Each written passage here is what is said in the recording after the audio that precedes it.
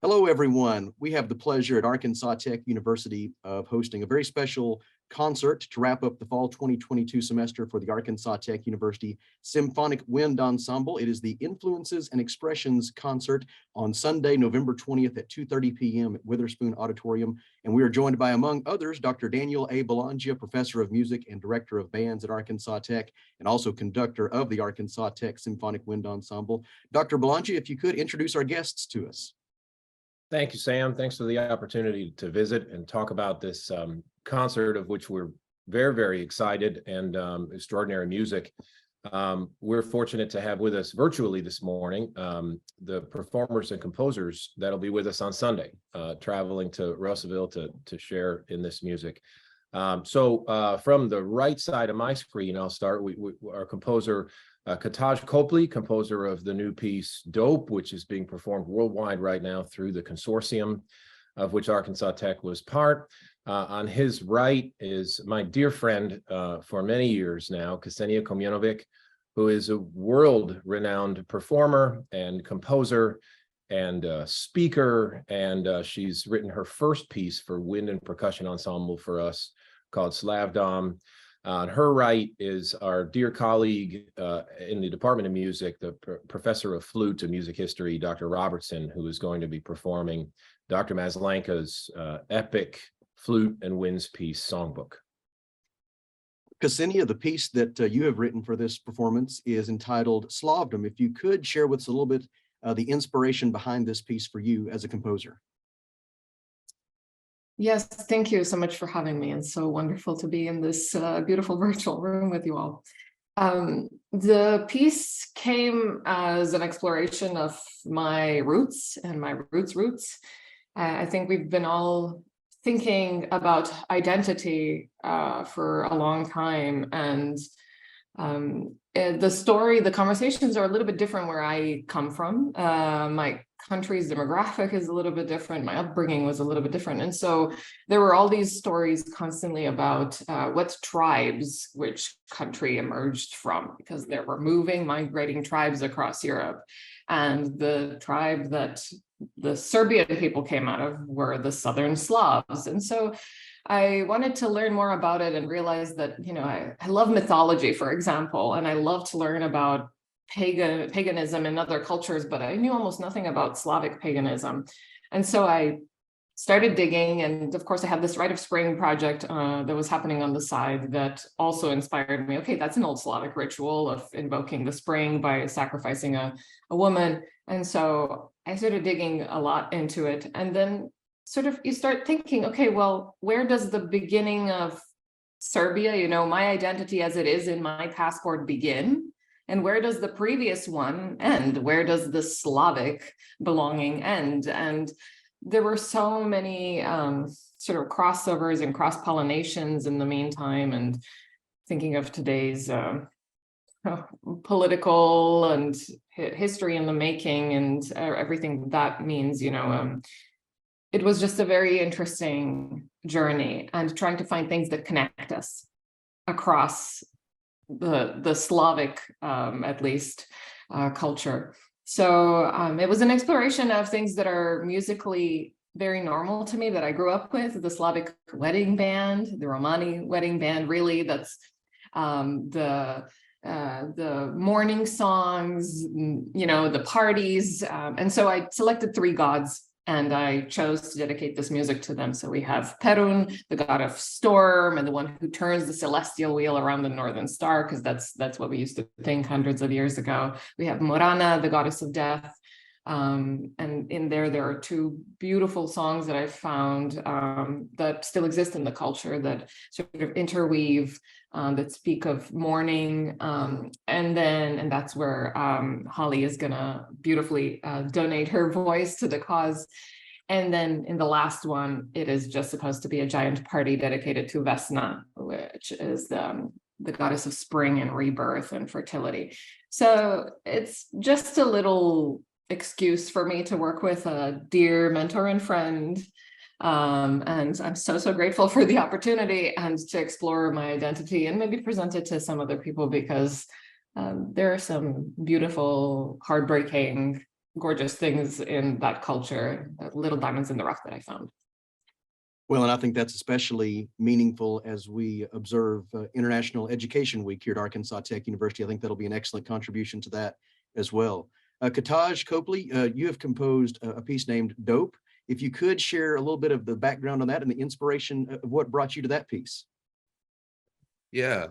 Never thought I'd hear someone say, you wrote a piece called Dope. But Dope is, I would say, a gumbo of inspiration and a just kaleidoscope of myself. When I first started my master's program at the University of Texas, I was writing really, really fast and really, I would say good music, but I wasn't really putting myself into that music. Until like one lesson I had with my professor, Omar Thomas, he and I were just going through this one piece, and something told me just to ask him to stop playing the piece. I felt like someone else wrote that piece. It wasn't me. Even though I put the notes down on paper, it wasn't my voice. And so we kind of had a heart-to-heart about myself. And typically I don't really focus on myself as much as I should. But we broke it down to the simplest thing. What music do you listen to? And I was naming off band music because I'm a band kid. I write band music. So I was just going off that. And then he was like, that's great, but you're more than that. What music do you listen to? And so without hesitation, I told him about my influences, which were Kamasi Washington, a jazz saxophonist, John Coltrane, another jazz saxophonist, a group in Australia named Hayes Coyote, Kendrick Lamar, a fantastic rapper, Thundercat, fantastic bassist, all this funk, all this R&B, all this soul, all this hip hop influences. And then he asked me a question that I could not answer at the time. It was, why aren't they in your music? And I was flabbergasted, basically. And then he asked me another question. Oh, no, he gave me a prompt.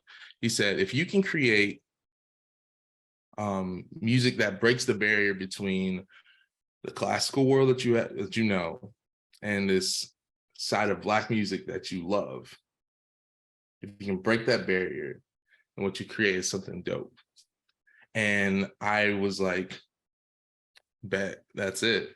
That's what I wanted to do. So the opening phrase is a quote from Thundercat. Like the entire piece is based off of this Thundercat line, this Thundercat bass line.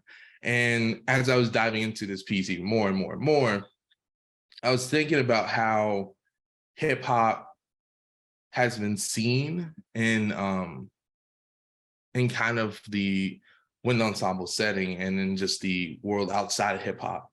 How it's transformed from being foreign to something that is embraced. And the beginning of the piece is very dark, it's very moody, like the whole motif is a dark motif. But as we continue to peel back the layers and dive into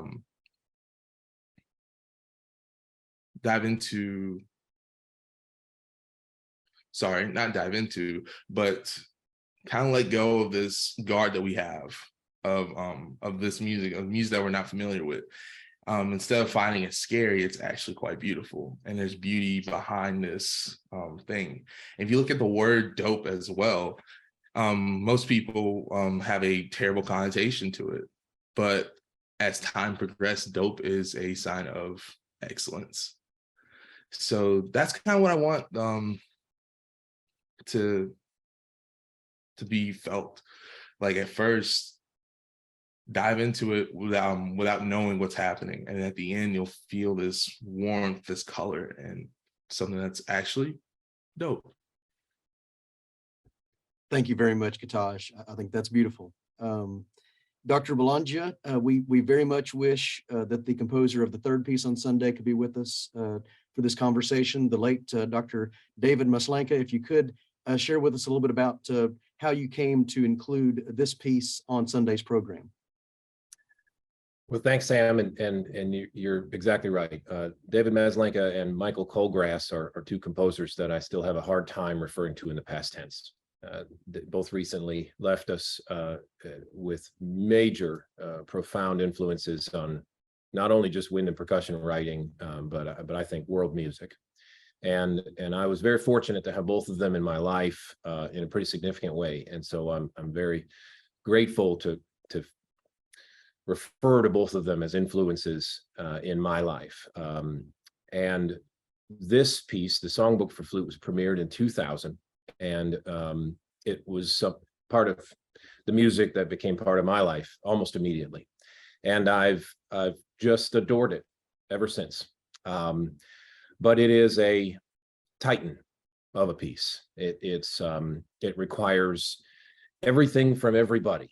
A friend of mine recently told me that he'd heard an inspirational thing from a football coach. I won't name so that people don't get territorial, but the person said that this coach said something along the lines of excellence takes what it takes.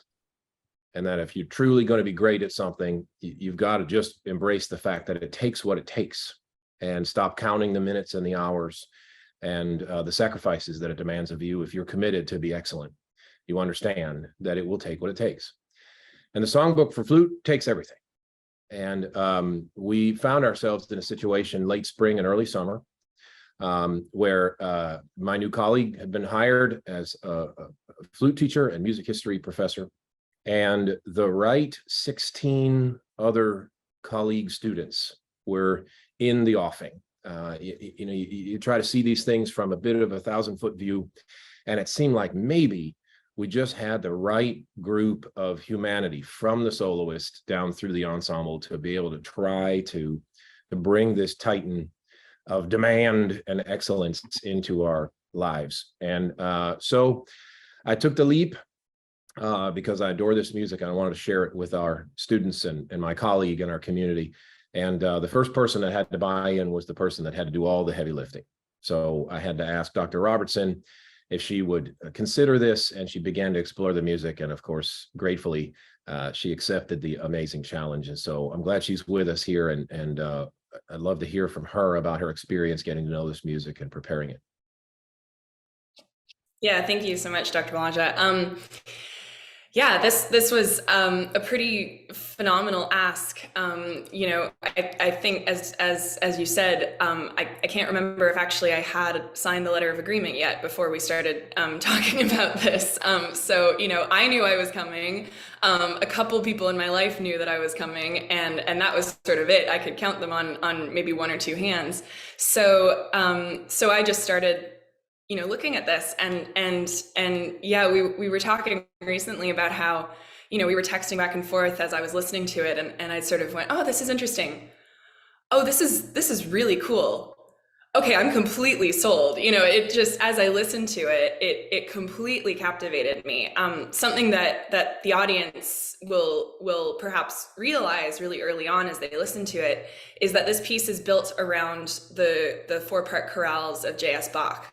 And these were of massive influence in Dr. Maslanka's life. Throughout a lot of his compositional career, that was his daily, almost meditation, warm up to music every morning was to play these chorales on the piano. And you can tell, even when the music goes very far away in terms of sonority from Bach, which it does quite a lot, you can feel the influence of these chorales imbued, and the texts they set are beautiful, and I think even more meaningful since his passing. The last chorale that closes out this massive piece. We've been through so much, and it asks for the God of all good gifts to give me a healthy body and a healthy soul. It's just a really humble ask. It's a gorgeous way to end. In the ensemble, as Dr. Belongia referred to, these students have worked incredibly and have been so dedicated. And this is challenging music for anyone to play, let alone for college students to play. This is real music, and they've demonstrated incredible commitment, meeting, one-on-one with me to work things out, and meeting amongst themselves for uncountable, amounts of time, and listening to this Titan in order to get everything as locked in as possible, so that we can feel that freedom when we perform. And I was saying to one of my colleagues yesterday that yes, technically it has what we call a concerto setup, where I'm the soloist and there's an ensemble, but there are so many moments where I just feel like I'm playing chamber music with them, or there are sections where I'm almost jamming with them. And that feeling is really incredible to be able to collaborate that way with my students is a real privilege, especially as a new professor to the institution. So I'm incredibly grateful to Dr. Belongia for bringing me on what he's referred to as a bucket list piece.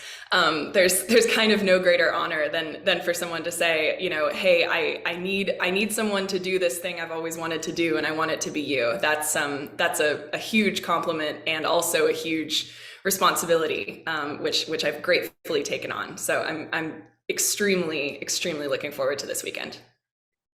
Well, and it's a bit of a full circle moment for the Arkansas Tech University Department of Music, as we have the opportunity to spotlight one of our newest faculty members on flute, Dr. Belongia. We also have an opportunity on Sunday to enjoy the talents and honor a soon-to-be retiring member of the Arkansas Tech faculty from the Department of Music. From a distance, it has seemed to me that Holly Ruth Gale has, to a large extent, embodied the soul of the Department of Music. She's been a part of that group for well over 3 decades, closer to 35 years. And she's someone who very much has embraced the spirit of collaboration throughout that time. And so I think it's highly appropriate that she'll be included in this performance on Sunday afternoon. On so many levels. I'm going to backtrack before I move forward. Dr. Robertson said such lovely things there, and the gratitude is all mine about her performance here. And just for anyone that's listening, you've not heard flute playing like this before. She takes you out of your shoes, everybody, and it's just incredible. And so does Miss Gale. And you said it in regard to her influence on our department. I think that's the tip of the iceberg in regard to her influence on the university and her influence on our entire community. Her family has been an important part of this community for many generations. I've teased with Holly Ruth for many years that if I find myself in trouble anywhere within 100 miles of Russellville, I might just say, hey, I'm friends with Holly Ruth Gale, and it probably would get me some kind of grace. And I'm not sure that there's any hyperbole to that. Her husband, John, is, of course, a dear friend and another person that has a tremendous footprint on his environment. We were met with great joy for her and immediate dismay when she announced that she was going to punch her ticket to retirement here at the Christmas holiday. Of course, more so thrilled for her that she'll be able to explore different things in her life. And when Ksenija mentioned to me that the second movement might need a soloist, I said, okay, interesting. There's a voice in the second movement of Slavdom, and the listeners and viewers might find it somewhat interesting. Ksenija will sing the voice herself, while we record this weekend, we will publish a recording of the piece with the composer as the singer. On Sunday, Ksenija asked me, is there any possible way perhaps I could be composer in residence for the concert and not have to worry about singing? The first piece I ever wrote for wind ensemble. Is it selfish of me to ask maybe I could just smile and sit and take it in? And I thought, this beautiful. Of course not. It's not selfish at all. Let me see, though, with performers, we all have a bit of a delicate ego sometimes. And so to ask someone to prepare it in rehearsal and prepare it for performance, but not be the singer on the recording, it almost immediately hit me that, who is this human? It's Holly Ruth Gale, the person who would see that it's beautiful for Ksenija to want to be the singer of her own music on her recording and not get into a personal thing about what I get to do. And I didn't finish explaining it to Miss Gale before she started saying, Dan, honey, sweetie, if you know her, how she speaks, that's beautiful. That's fine. I love that. Don't worry about it. When can I get the part? And she went to work immediately. It is not in English. And so she needed to spend some time working on pronunciations, and Ksenija, she always is a consummate professional. She's provided every tool imaginable, from translations to audio recordings of herself singing, audio recordings of herself speaking. And Holly sounds fantastic. I've been grateful that Ksenija and Holly have forged a friendship already through phone calls and meetings preparing the music. And as you said, it's a bit of an opportunity for us to have her on the front of the stage one more time, for everyone to thank her for her musical contribution in the moment and the greater meta contribution that is immeasurable and will continue. She's not going that far away. We're going to drag her back as often as we possibly can, and she will continue to have a major influence on all of our lives. Well, I want to thank each of you for the conversation today, the eloquence of your words. I know that will be reflected in the beauty of the music that we will hear on Sunday afternoon as well. So thank you very much. It is the Influences and Expressions concert, Sunday, November 20th at 2:30 p.m. at Witherspoon Auditorium. And Dr. Belongia, we very much look forward to it. Thanks for the time, Sam, and everyone. See you Sunday, everybody.